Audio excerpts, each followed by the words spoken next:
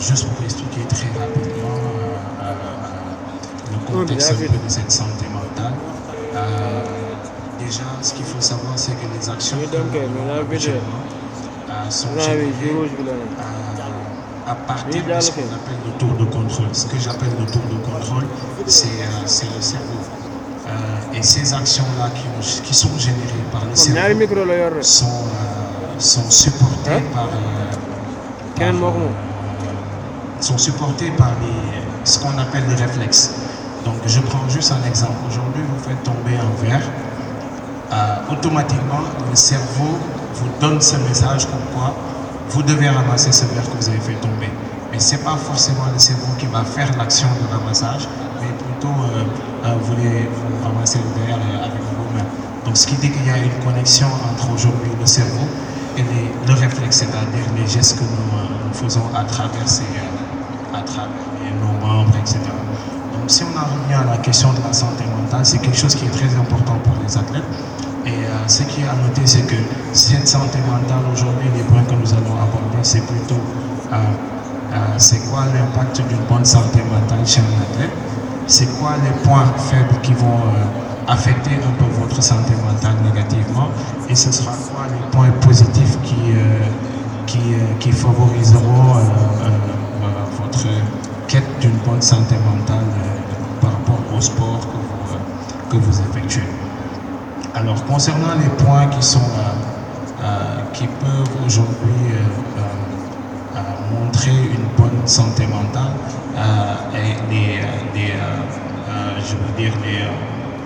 les points qui vont un peu prouver aujourd'hui que cette personne a une très bonne santé mentale et que ça peut impacter son activité sportive. Je prends juste un exemple, ça peut être la focalisation sur un objectif, ça peut être l'optimisation d'un mouvement ou bien la constance sur une action. Donc aujourd'hui, l'atteinte d'un objectif par rapport à quoi que ce soit, je prends juste l'exemple des sportifs de haut niveau. Si on en vient au point de la focalisation sur un objectif, que ce soit un boxeur, que ce soit un footballeur, ils ont tous un objectif. Je ne parlerai pas d'un objectif d'une manière générale pour un footballeur qui est de gagner une coupe, etc. Mais ce sera l'objectif en temps réel sur l'action ou bien sur le but qui a été mis par rapport à ce qu'il doit mener. Je veux dire, par exemple, un attaquant qu'on met dans un terrain pour un match donné, juste pour une histoire de 10-15 minutes, il a un résultat à faire. Ça, on parle de l'objectif sur le court terme, pas forcément l'objectif sur le long terme, et l'objectif collectif de l'équipe. Alors, si on en revient au point des points qui favorisent un peu la santé mentale, d'abord, je commence par les points qui peuvent impacter négativement la santé mentale. Donc, ce qu'il faut noter, c'est qu'il y a deux points principaux que je mets toujours en évidence. C'est d'abord l'expérience, et le deuxième point, c'est le climat social ou le contexte social de la vie de tous les jours. Donc, lorsque je parle de l'expérience, je peux prendre juste l'exemple d'un sportif de haut niveau, par exemple, pour tirer un penalty. Si je peux me le permettre, je vais prendre l'exemple de Sadio Mané. Après, bon, je ne dis pas que c'est ce qui fait qu'il rate souvent les penaltys, hein. Mais juste pour illustrer, c'est qu'aujourd'hui, avec l'expérience, cette personne qui est Sadio Mané se met dans la tête que la première fois qu'il a tiré un penalty, il l'a raté. Donc, ceci dit que aujourd'hui, par rapport à son expérience passée, il avait déjà raté un penalty. Donc, à chaque fois qu'il doit se mettre devant un ballon face à un gardien, il y a toujours son cerveau qui travaille et lui rappelle qu'il avait raté ce penalty-là, et automatiquement, il se met sur le négatif avant même l'exécution. Donc, juste pour vous montrer un peu l'importance de la santé mentale et l'impact et la raison pour laquelle même les sportifs de haut niveau, ils ont aujourd'hui ce côté préparation mentale qui est fait par des experts, des spécialistes. Donc l'autre condition, c'est le climat social. Le climat social, ça peut être la famille, ça peut venir de notre entourage. Maintenant, lorsqu'on parle d'athlète, c'est un sportif de haut niveau, bien sûr. Donc son entourage, ça peut être les coéquipiers, si c'est un sport collectif. Ça peut être les membres du staff, ça peut être les supporters, etc. Donc tout ça peut impacter la santé mentale négativement d'un sportif. Habituellement, ce qu'on voit chez les sportifs, bon, pas forcément chez les sportifs de haut niveau, mais peut-être les sportifs amateurs, si je peux l'appeler comme ça. Bon, après, je ne dis pas que les sportifs amateurs, c'est plutôt ceux qui sont d'un niveau plus faible, mais je dirais peut-être ceux qui ne sont pas vraiment à un niveau où ce sport-là, il leur gagne pas, ou bien leur permet de vivre, si je peux le dire comme ça. Donc, ils ont tendance habituellement, à chaque fois qu'ils sont face à un échec, de se dire, ok, bah, je n'avais pas trop bien compris le sujet, ou je ne me suis pas bien préparé physiquement, ou il y a un problème de concentration, quelque chose comme ça, alors qu'ils mettent de côté ce côté mental. Alors, juste pour illustrer rapidement, nous avons l'habitude, lorsqu'on est en face de quelqu'un, ça peut être le coach, ça peut être nous-mêmes, ça peut être un supporter, on est en face d'un sportif et automatiquement, je reviens toujours à l'exemple du penalty, ça peut être le penalty, ça peut être même, prenons l'exemple de notre collègue M. Touré tout à l'heure qui a parlé de boxe, ça peut être un boxeur qui, sur le ring, automatiquement se dit dans sa tête, il y a un collègue ou il y a son coach même qui lui dit, il ne faut pas penser à. Et c'est une expression qu'on utilise souvent. Et le cerveau, instinctivement, lorsque tu lui sors un message, il ne faut pas penser à. Le cerveau va d'abord penser à la chose avant de faire quoi que ce soit. Donc ce qui dit qu'aujourd'hui, ce coach ou ce supporter, ou même ce préparateur qui va dire à son athlète, il ne faut pas penser à peut-être cet échec antérieur, etc. Il ne faut pas penser à la dernière fois où tu as perdu un combat. Automatiquement, cette personne, avec le talent qu'il a, avec la préparation physique qu'il fallait, avec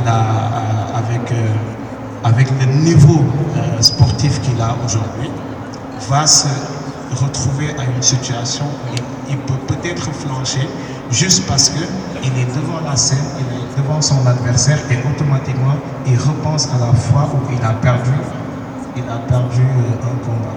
Donc ce qui peut arriver, c'est par exemple pour notre sport qui n'est pas très connu au Sénégal, qui est le powerlifting, certains le connaissent plutôt sur le nom d'haltérophilie, mais bon, c'est quand même deux sports différents, mais c'est toujours des sports de force. Habituellement, on se retrouve devant une situation où on doit soulever une barre de 200-300 kg. Donc le talent est là, la force est là, la préparation physique a été faite normalement, mais on se retrouve devant une barre qu'il va falloir soulever avec des détracteurs qui sont autour de nous, etc. Et il y a une très grosse force mentale dont nous avons besoin aujourd'hui pour pouvoir passer cette épreuve-là. Et cette préparation s'est faite bien avant même l'événement. Donc juste pour dire que la santé mentale aujourd'hui, c'est quelque chose qui se prépare au quotidien, qui se fait dans la vie de tous les jours. Et par rapport à ça, je viendrai les points qui sont importants pour chez un athlète pour favoriser un peu sa santé mentale. Je vais peut-être citer 4 ou 5 points qui sont très importants comme conseil. C'est d'abord de pratiquer ce qu'on appelle l'introspection. Cette introspection, c'est ce qui permet à l'athlète, seul dans une pièce, de se poser des questions. Qu'est-ce qui marche pour moi? Habituellement, qu'est-ce qui ne marche pas? C'est quelle situation qui me permet de me mettre bien? C'est quelle situation qui fait que je suis dans des moments de détresse? Et cette introspection-là nous pousse dans notre manière d'agir, de toujours nous focaliser sur le positif et pas sur le négatif. Après, sur la vie de tous les jours, si on revient au contexte social, on a toujours des problèmes. Ça peut être des problèmes de famille, ça peut être qu'on a un parent qui a fait un accident ou quelque chose comme ça. Je prends juste l'exemple du footballeur professionnel de Liverpool, certains le connaissent, Luis Diaz, dont le père a été kidnappé. Donc ça a impacté sur son mental. Et c'est des sportifs de haut niveau, le coach il le connaît. Donc sur le match qu'il a suivi, il n'a pas mis, même pas par rapport au fait qu'on ait kidnappé son père et qu'il n'a pas le temps de se mettre sur le terrain. Parce que d'ailleurs, juste le match qui a suivi, on l'a mis et d'ailleurs il a même marqué un but. Mais ça c'était juste pour le coach a compris que cette personne, cet athlète devant moi aujourd'hui est affecté mentalement. Donc même si le talent y est, etc., je ne peux pas lui imposer un certain résultat sur le terrain parce qu'il n'est pas dans les dispositions de pouvoir l'atteindre. Donc le deuxième point, c'est de se fixer des objectifs. L'athlète aujourd'hui a un coach, a un préparateur physique, à un préparateur mental et tout, qui lui fixe des objectifs. Bon, allez, va gagner la médaille, il faut être champion d'Afrique, etc. Mais cette personne va se poser un objectif à l'intérieur de lui-même. Et cet objectif-là, ce sera quoi? C'est, voilà, moi j'ai un combat en interne, je dois lutter pour ne plus flancher face à tel, face à tel, face à tel. Donc c'est des objectifs qu'on se fixe en interne qui n'ont rien à voir avec le sport que nous pratiquons, mais c'est-à-dire c'est une restructuration, c'est-à-dire qu'on se remodélise intérieurement pour pouvoir bien attaquer lorsqu'on sort et être en confiance face à quelque chose. Le troisième point, c'est s'entourer des bonnes personnes. Après, quand on parle d'entourage, les gens ont tendance à penser au coach, etc. Mais même un sportif de haut niveau, un footballeur, un basketteur, quelqu'un qui pratique du tennis, il peut avoir un bon coach, etc. Mais il a son cercle d'amis qui n'a pas une influence positive sur lui. Donc ça peut impacter la personne. L'autre point, ce sera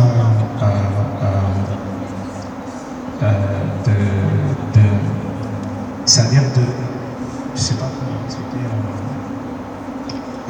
ce sera de toujours chercher le meilleur de soi-même, ne pas se laisser affecter par la vie de tous les jours, même si c'est quelque chose qui arrive souvent, mais il faut toujours savoir faire la part des choses. C'est ce que les athlètes ne font pas habituellement parce qu'ils sont en face d'une situation et ils sont toujours, je ne dirais pas manipulés, mais ils sont toujours très impactés par cette situation négative. C'est ce qui fait qu'habituellement, lorsqu'ils sont en face d'une situation, ils n'arrivent pas à tenir face à la pression, face aux détracteurs ou quelque chose comme ça.